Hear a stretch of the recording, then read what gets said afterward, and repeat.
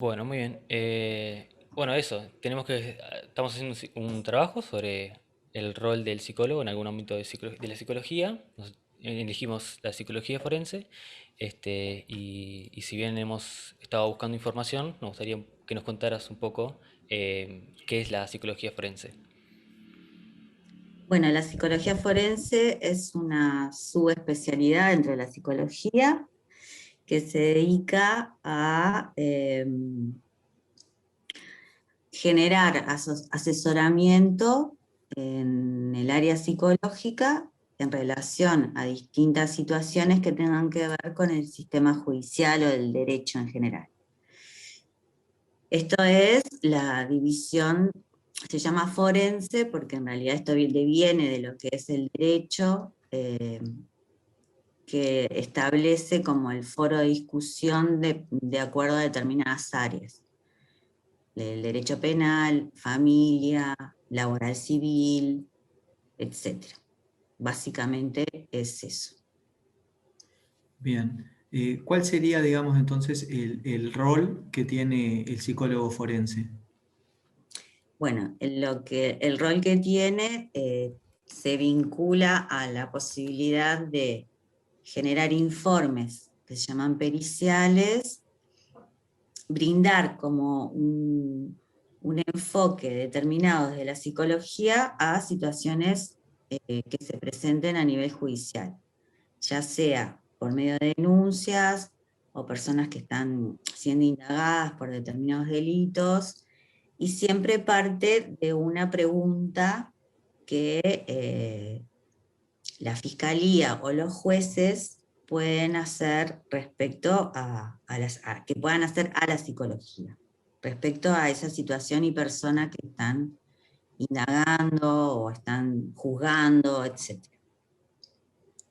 Le hacen como es, le hacen una pregunta a la psicología. ¿A qué te referís con eso? Preguntan, el objeto de pericia, siempre tiene que haber un objeto de pericia. Por ejemplo, en el ámbito penal, te preguntan si estamos en situaciones, por ejemplo, de denuncias de violencia de género o en delitos sexuales, preguntan aspectos de personalidad, capacidad de empatía de la persona, cómo se manifiesta su afectividad, cómo es su pensamiento, el funcionamiento general psicológico y aspectos de ese funcionamiento que se vinculen específicamente y puedan dar cuenta de esa conducta asumida delictiva. Eso es en el ámbito penal, por ejemplo. En el ámbito de familia se pregunta, generalmente son situaciones que tienen que ver, que involucran niños en situaciones de conflicto familiar, en casos de divorcio, tenencias, visitas, pensiones. Entonces ahí la pregunta que se le hace a la pericia psicológica es capacidad se llama como las competencias parentales, eh, sobre todo eso, competencias, roles parentales que sean adecuados para ese niño en esa dinámica familiar, por ejemplo. Bien. Como Eh, ejemplos. Ahí está. Entonces, si tuvieras que decirnos, por ejemplo, cómo se da esa evaluación forense. Bueno, eso depende de dónde, de qué ámbito se inscriba, se va a decidir cuál es la estrategia metodológica y las técnicas a aplicar. Dependiendo, por ejemplo, si es penal o familiar, como siguiendo con lo que decías. Pues sí, sí, depende del ámbito, si es penal familiar y depende del objeto de pericia. O sea, ¿qué te están preguntando?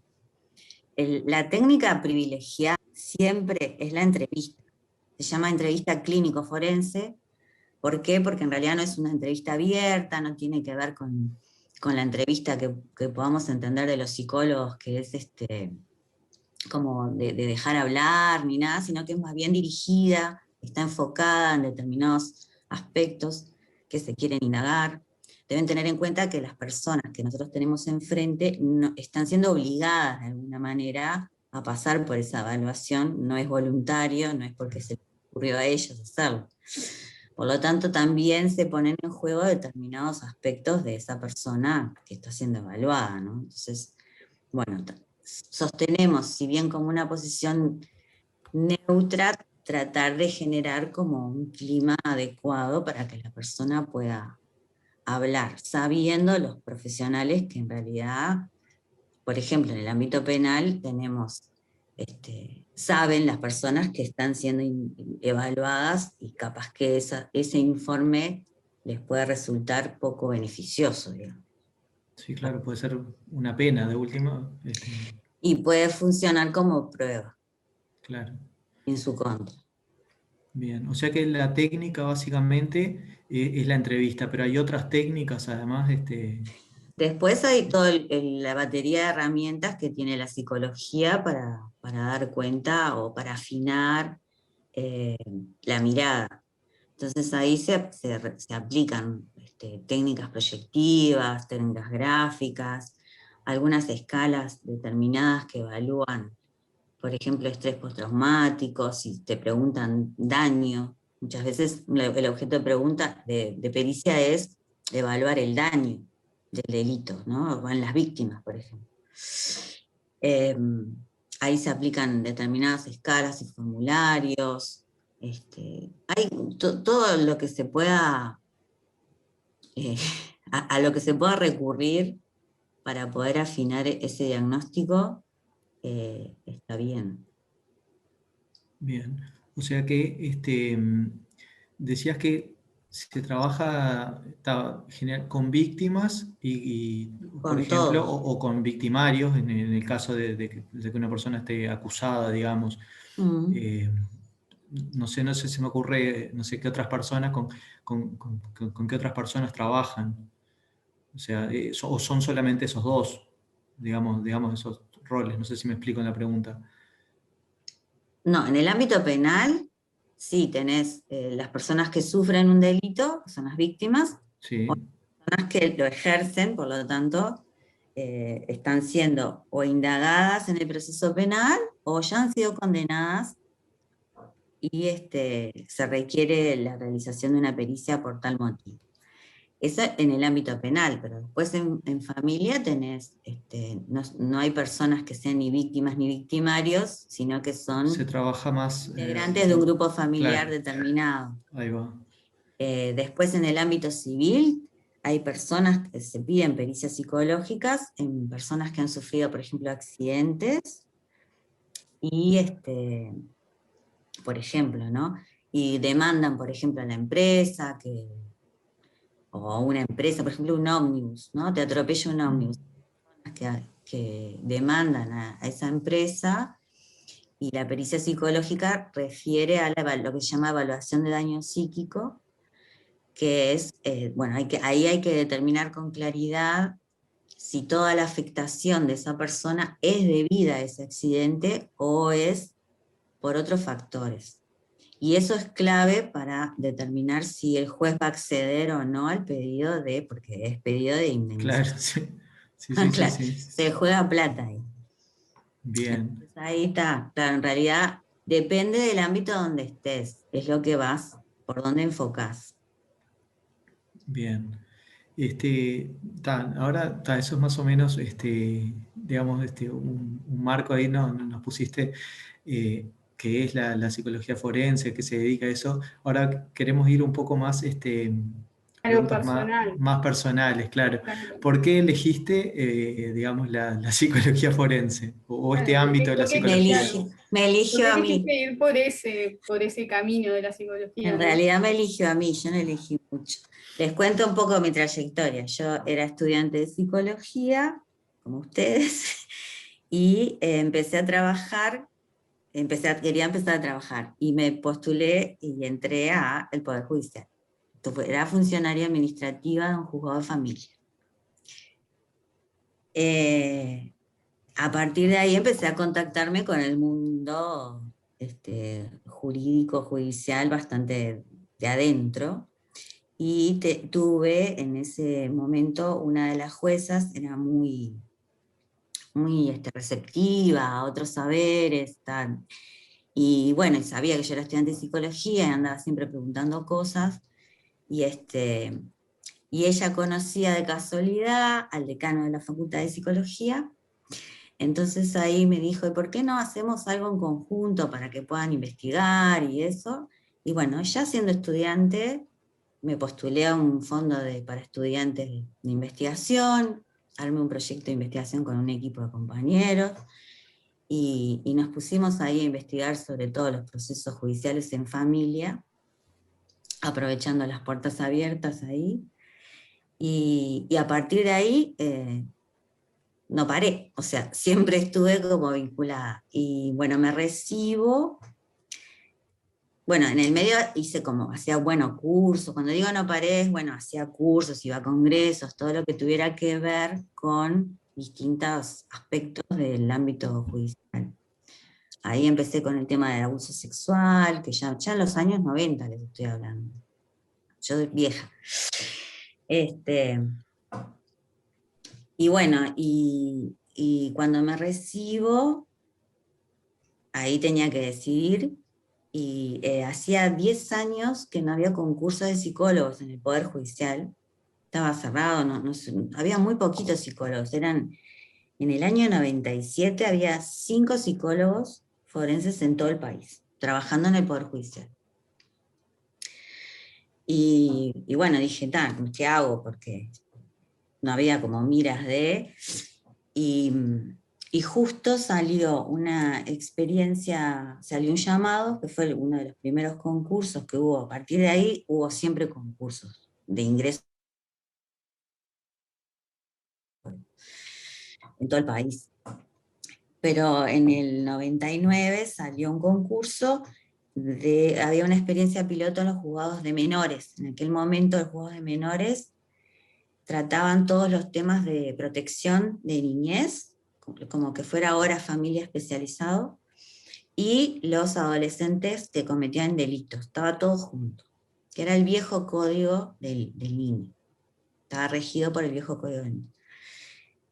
Y se había armado una experiencia piloto en los juzgados de menores que tenía que ver con adolescentes infractores. Y había que trabajar en asesoría directa a los jueces de menores, en equipos interdisciplinarios. Y bueno, ese concurso lo gané. Eran 2 cargos, lo gané, jovencita, pero porque venía como con esta experiencia previa, investigación, había publicado algo ya, iba a congresos, bueno.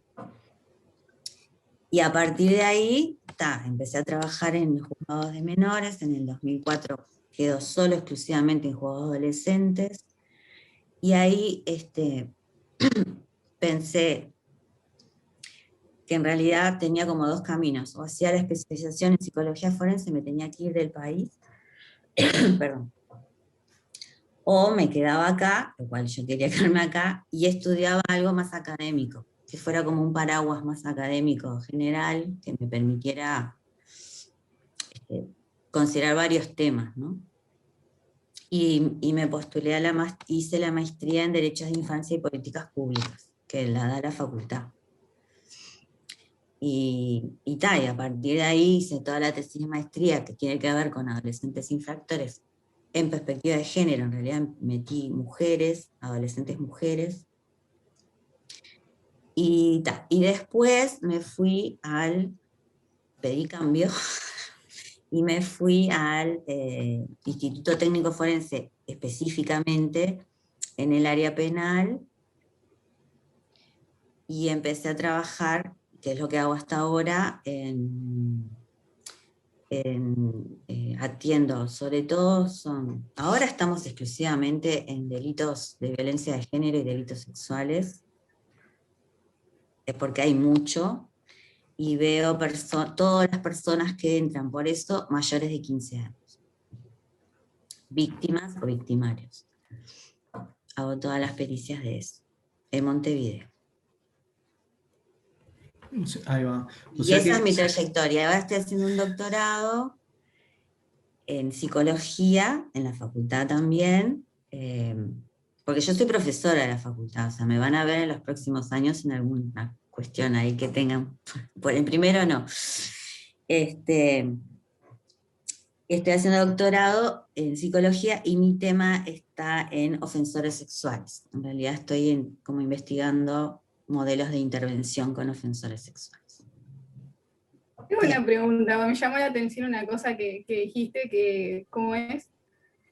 Que si querías como profesionalizarte totalmente a la psicología forense, te tenías que ir del país, ¿no? O sea, ¿a dónde te hubieras ido si hubieras decidido irte?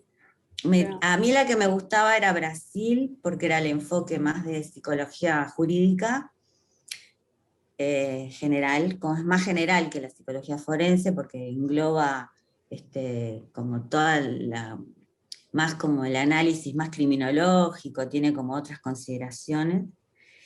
Y si no, la opción más fácil era la de Buenos Aires, pero a mí el programa no me gustaba porque era muy basado en el diagnóstico y en técnicas proyectivas, sobre todo con muchas técnicas proyectivas, y yo tengo como, ya en esa época tenía como el enfoque de que no me iba a gustar mucho esa parte. Estuve como decidiendo qué hacer, pero no. Opté por la maestría. tengo otra, que Está la también me docencia. surgió, me, Entonces, me- me surgió justo ahora también, la vez que estabas hablando, ¿no? Que me di cuenta como que tu trayectoria fue más que nada con niños y adolescentes, ¿no? O sea, ¿nunca se te ocurrió ir más por el lado también de los adultos o algo de sí, eso? en los adultos. Estoy estudiando defensores sexuales con adultos. Ay, claro. No, lo que es, todo esto fue fortuito. ¿Por qué? Porque aterricé en los juzgados de menores. Entonces ya de por sí estaba metida en todas las situaciones judiciales que involucraran niños y adolescentes. Entonces, en realidad, es como te lleva, te lleva de la mano, porque no es que tengas mucha capacidad para elegir. Y a mí me gusta, obviamente, me gusta todo el tema niñez y adolescencia, y enfoqué por derechos de infancia, porque me parecía que tenía que ver con lo que estaba haciendo, pero después ya eso cambió, porque en realidad ya desde el 2014 estoy trabajando en mayores de 15 años. Es un corte que se hace institucionalmente, porque en realidad no tiene nada que ver. La mayor cantidad de personas que veo son mayores de edad, son adultos. Ah, yo pensé que eran más adolescentes y niños, esas cosas. Sí, a veces te toca entre esa franjita de entre los 15 y los 20, pero Pero capaz que capaz que adultos por el tema de que son victimarios. Claro. Capaz que las Claro, yo hablaba más víctimas de las puedan ser víctimas. claro, veo más víctimas chicas. adolescentes, sobre Claro. todo de abuso sexual, ¿no? O explotación sexual, que es lo que más se ve. Y eso que Mm. llega o sea, obviamente que por denuncias y eso, porque no sé, Bueno, dijiste que nosotros, hay, no sé si esto es dijiste que importante, había más o que había muchas, no mucho, recuerdo hay mucho. mucho trabajo. Sí, esto nos llega, nosotros somos asesores antiguamente asesores de los jueces. A partir del nuevo Código del Proceso Penal, Trabajan en fiscalía. quien dirige, claro, las investigaciones es Fiscalía. Entonces, los pedidos, la mayor cantidad, pero yo diría que en el ámbito penal, el 95% de los pedidos que nos entran son de Fiscalía. O sea, estamos trabajando para Fiscalía, básicamente, en la parte penal. En familia no, se trabaja para los jueces de familia que son del Poder Judicial. Fiscalía no es del Poder Judicial, es un organismo descentralizado del Ejecutivo. Pero bueno, ellos recurren a nosotros como servicio especializado, digamos. Ahí está.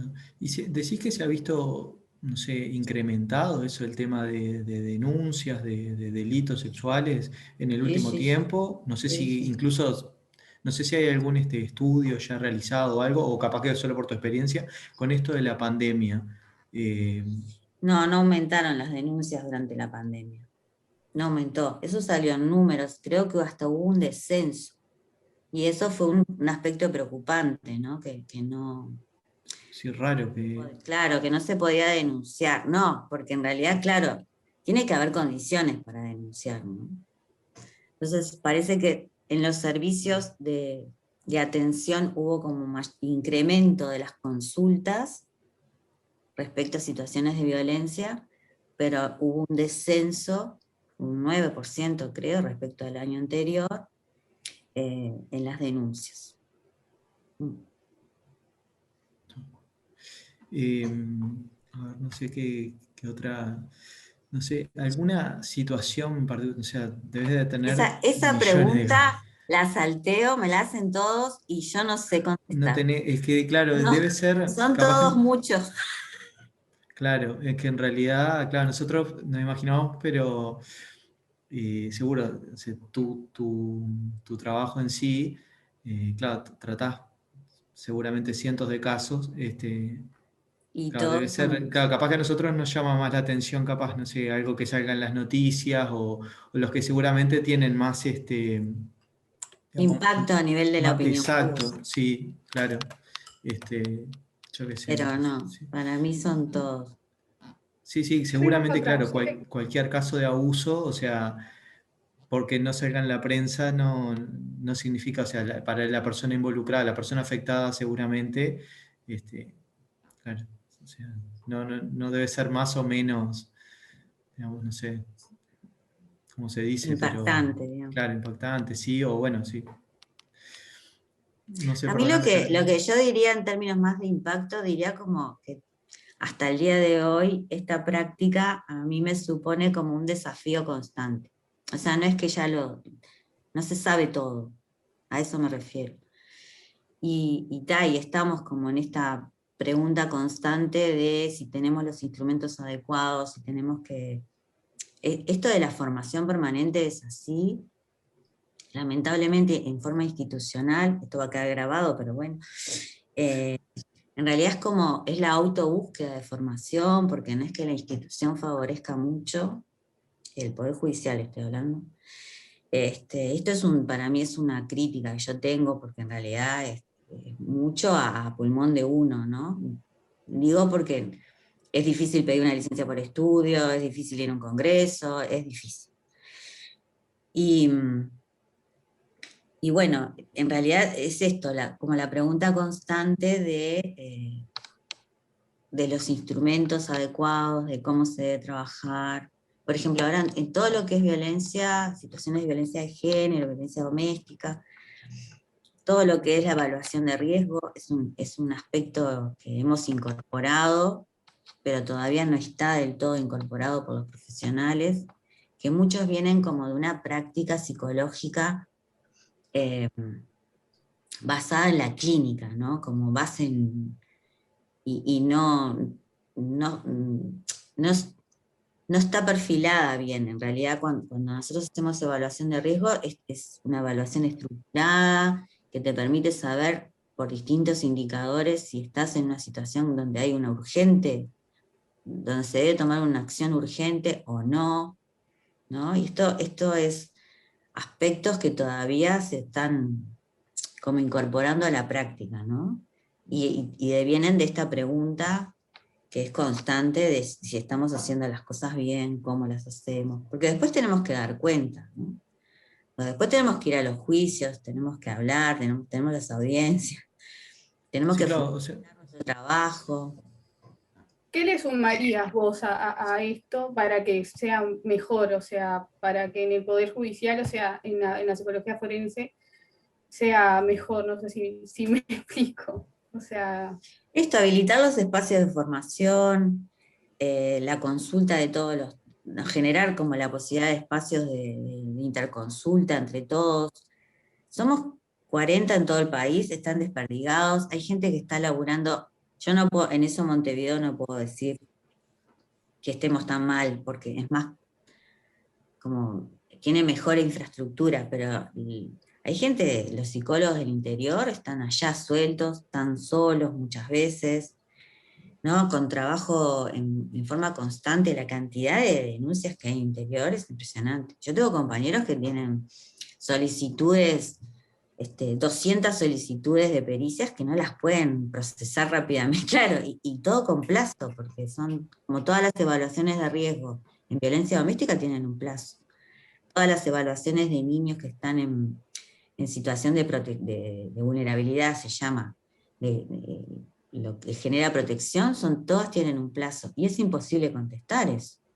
Yo tengo 17 pericias en un mes, contra 200, ¿se entiende? Sí, o sea, totalmente Sí, es un No sobrepoblado. estoy montón. sola, somos un equipo, somos 10 psicólogos en Montevideo, nos repartimos lo que entra entre 10. O Pero sea, se podría decir que no se da la lógica de que, por ejemplo, en Montevideo y, digamos, el área metropolitana se dan más casos que en el interior.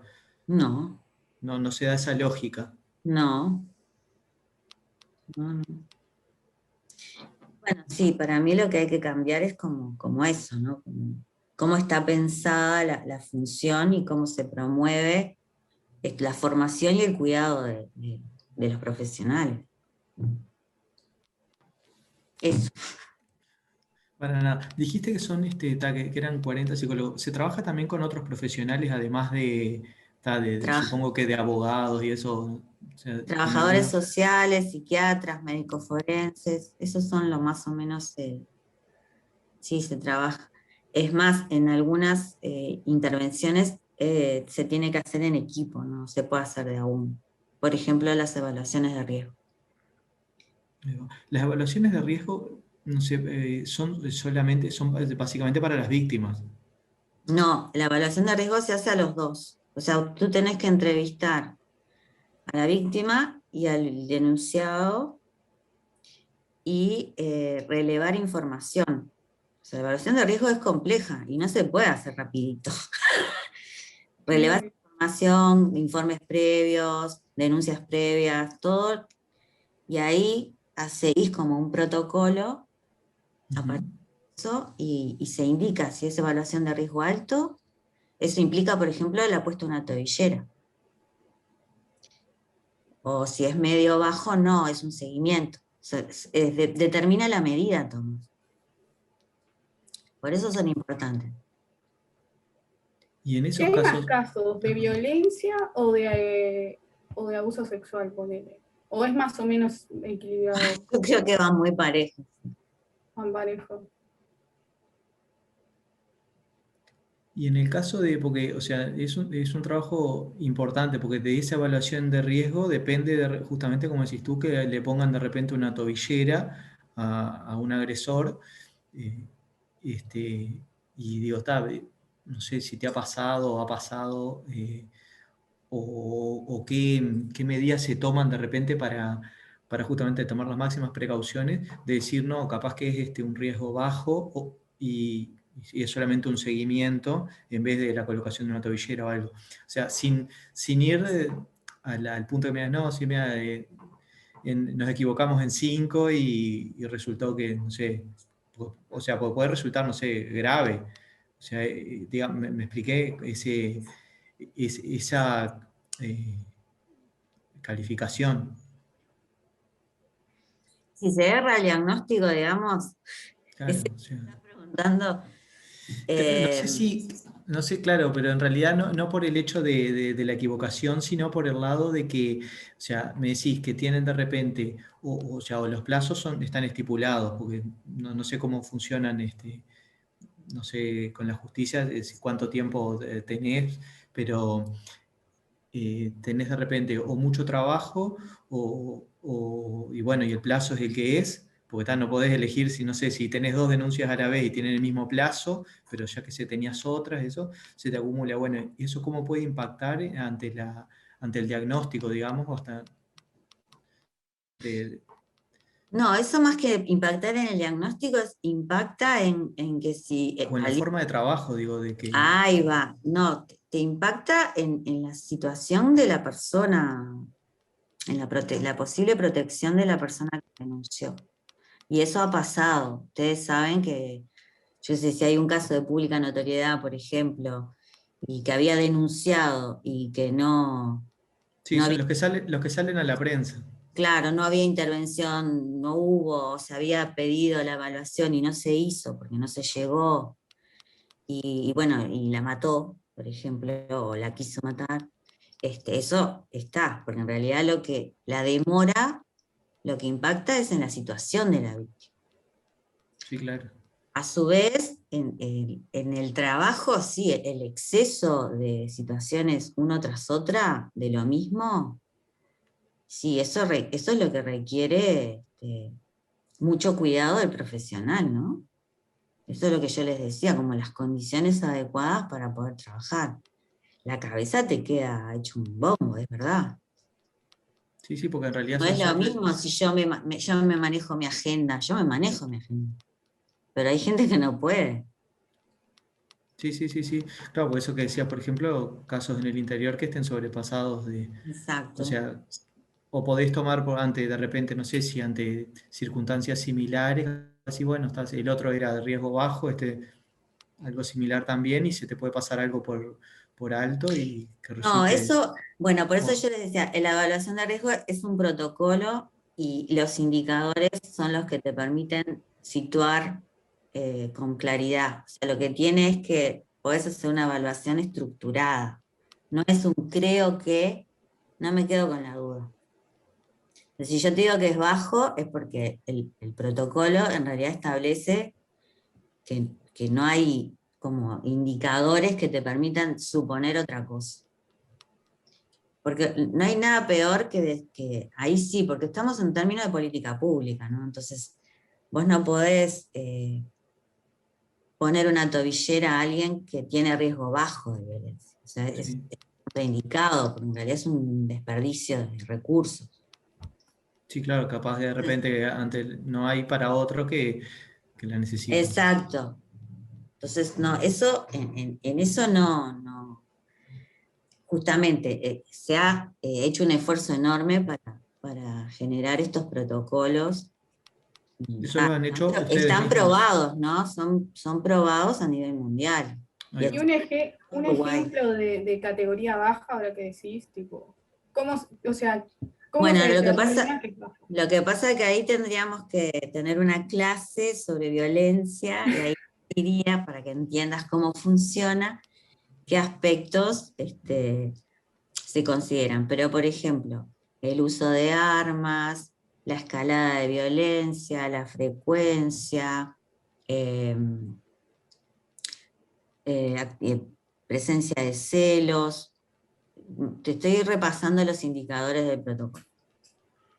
Todo eso se pone, si tiene como marcas de si pasó hace poco, si mucho, si hace bien, si viene, la historia de la pareja la tenés que relevar. Por eso digo, no es solo con lo que te diga la víctima, sino con lo que vos sabés, la entrevista con el agresor o el denunciado, y toda la información que devenga por afuera, ¿no? Que te complemente la posibilidad de completar eso. Y en caso, ¿está obligado a contestar? Por ejemplo, ahora que dijiste la entrevista con el agresor, lo denuncian, y si se puede negar a contestar Sí, a dar la entrevista, sí. ¿y eso cómo funciona ahí? Toda persona se puede negar. Y ahí cómo lo catalogas. Te informa el juez dirá. Ahí ya el protocolo no te dice si es bajo, alto, No, medio, lo que vos ponés, un indicador es la negación, ¿no? Obviamente, cuanto más no negación del delito, colaborar. más alto. eh, pero igual, si no accedió, vos no podés decir algo que no sabés porque no lo escuchaste. Entonces, informás la información que tenés y decís que no accedió a la entrevista o que no se presentó. Si se presentan, acceden. ¿Ah, sí? Y si no, es que está, directamente no Si no, van directamente no van, los y no citan y pasa nada con eso. O no, sea, no pasa nada en lo el manda a sentido de... buscar, el juez dispone que la búsqueda por policía, pero no te lo lleva a la pericia, se lo lleva al juzgado. Y ahí digamos como que cambia la responsabilidad. Ahí ya la asume directamente el juez. Es que siempre la responsabilidad es del juez. No, no, está, ahí va. Pero te quiero decir, o sea, con los, digamos, los elementos los evalúa él, Claro, Claro, no le pasa pregunta, por ¿por qué no? vos. No. Claro, no, no. Bien. No sé si tienen alguna otra pregunta. Sí, yo tengo otra. ¿Qué le recomendarías a un estudiante que quiere hacer psicología forense? Pues yo creo que no es un ámbito para cualquier persona, no creo que todos estén preparados mentalmente como para llegar a ser psicólogo forense, porque son casos bastante complejos, bastante duros. Entonces, ¿qué le recomendarías a un estudiante que quiere hacer psicología No, forense? primero te tiene que gustar todo lo que tiene que ver con la penalidad, la criminalidad, te tiene que gustar. Eso, si no, te pica como ¿no? El gusto por ahí es lo primero. Eh, lo que, lo que se precisa, igual que en cualquier ámbito, pero específicamente en este, hay que tener especial cuidado en la formación, y en la formación continua. Y el trabajo con equipos, o sea, en realidad siempre esto es así, trabajar con otros, poder, ¿no? Tener las interconsultas, no estar solo. Y, y en realidad es eso, saber que no, bajar niveles de omnipotencia, en términos de características personales, ¿no? No ser omnipotente, ser respetuoso, nosotros no ser juez, uno no es juez de nadie, uno tiene que evaluar y responder su trabajo, pero eso te lo da como el traqueteo estando ahí, ¿no? Y uno, hasta que no llegó, capaz que no se da cuenta, pero sobre todo comprender la mente abierta, pero eso todo te lo da como la formación. Cuanto más tengas conocimiento de cómo es, cómo se dan las situaciones, que vas a ver, todo eso es lo que te genera como el mayor profesionalismo. No quiere decir que uno no se afecte con las situaciones que ve, pero empieza a funcionar esto de la disociación instrumental, ¿no? Yo estoy trabajando y yo después me olvido, yo no me traigo todos los casos que veo, desgracia, porque en realidad es como mucha miseria humana, ¿no?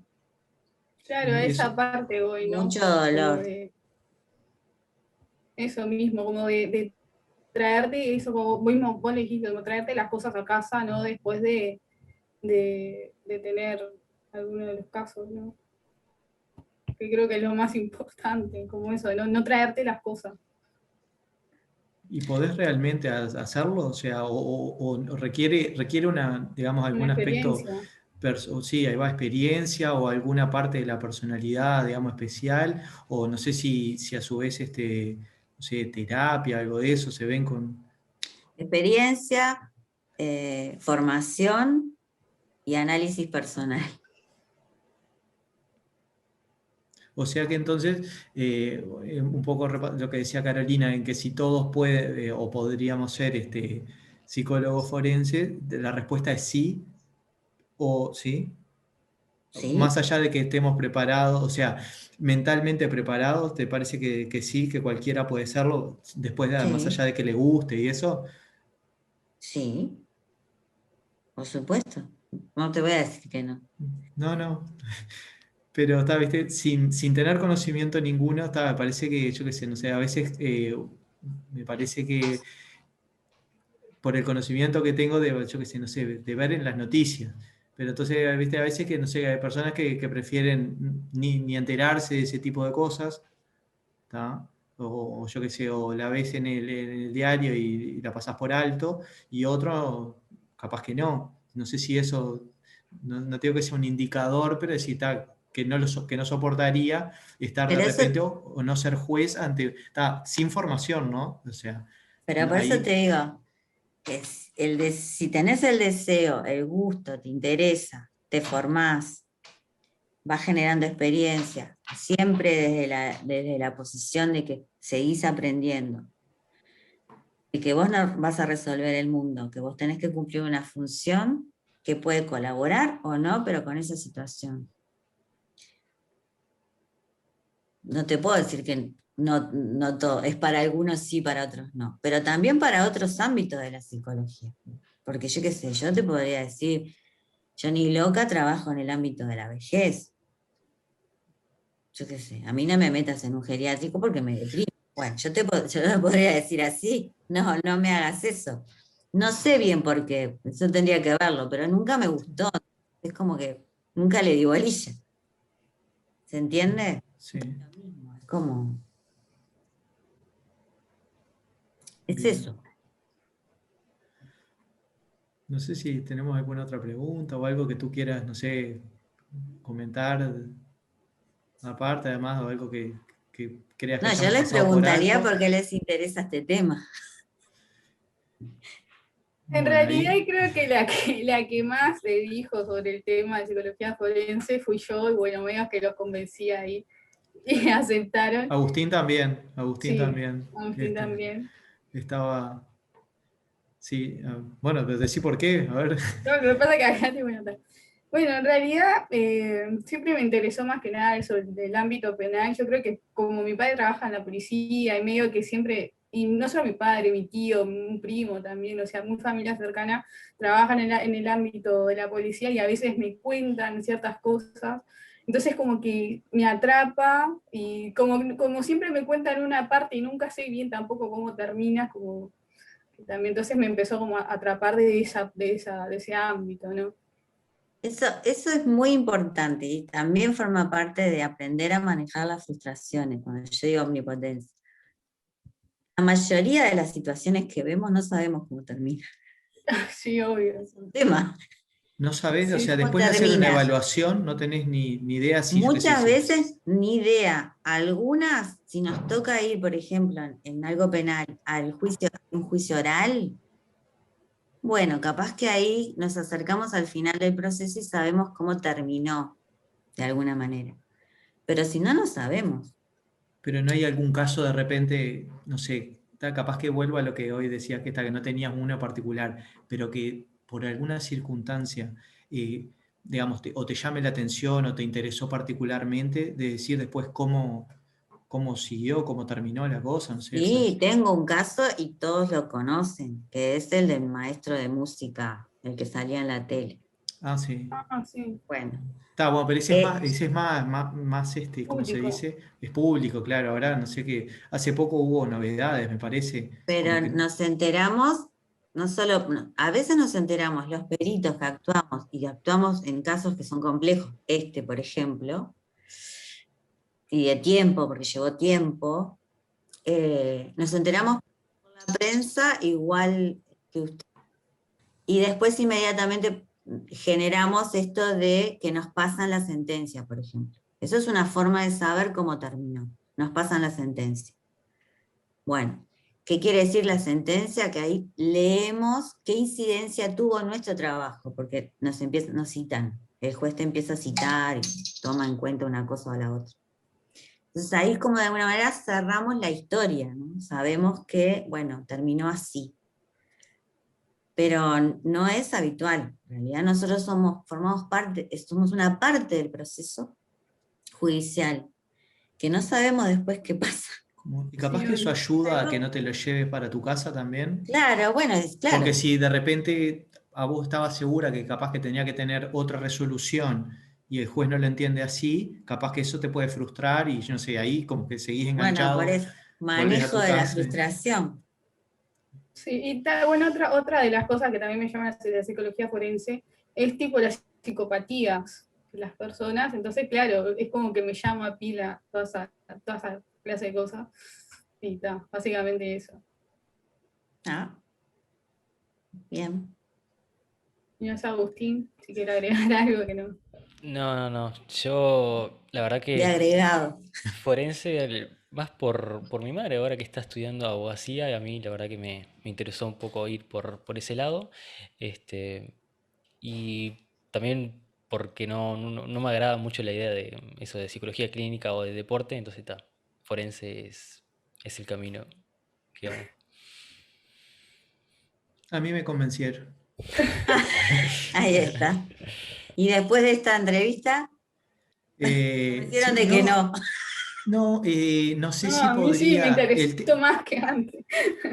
Yo creo que, o sea, el tema de la omnipotencia la podría manejar. La frustración tendría que verlo.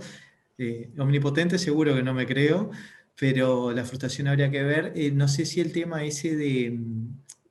Pero supongo que es porque lo que te decía, no tengo la formación todavía y mi experiencia no, es cero, pero eso de la disociación digamos, del trabajo y la vida personal, no sé Y cómo, creo que cómo eso es se lo que más dice. cuesta, en mi Claro, opinión. pero lo veo también como que en los otros ámbitos, porque capaz que el que hace clínica y también de repente le vienen casos que, o sea, no creo que sea solamente, o sea, ya del momento que estás trabajando con las, digamos, con la mente de las personas, ya, ¿no? O sea, capaz que hasta incluso, Hay que ordenar la propia. claro, sí, supongo que sí.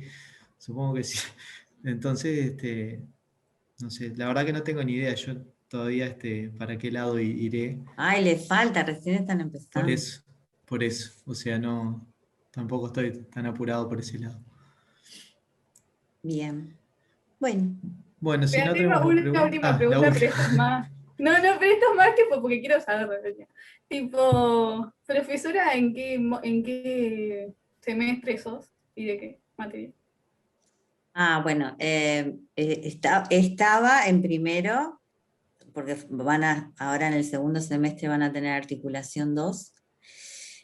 Formo parte de ese equipo de trabajo que va a dar articulación 2, que es género y derechos humanos, psicología, género y derechos humanos. Pero desde el año pasado me pasaron para ayudar, y entonces salí de articulación 2 a ética y deontología, que es el primer semestre del año que viene.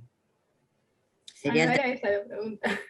Tipo, Y más después me van a ver hacia el final de la carrera con Ojalá. áreas optativos sobre violencia de género, delitos sexuales, evaluación psicológica y la práctica de estudiantes en la fiscalía. Pero es último año.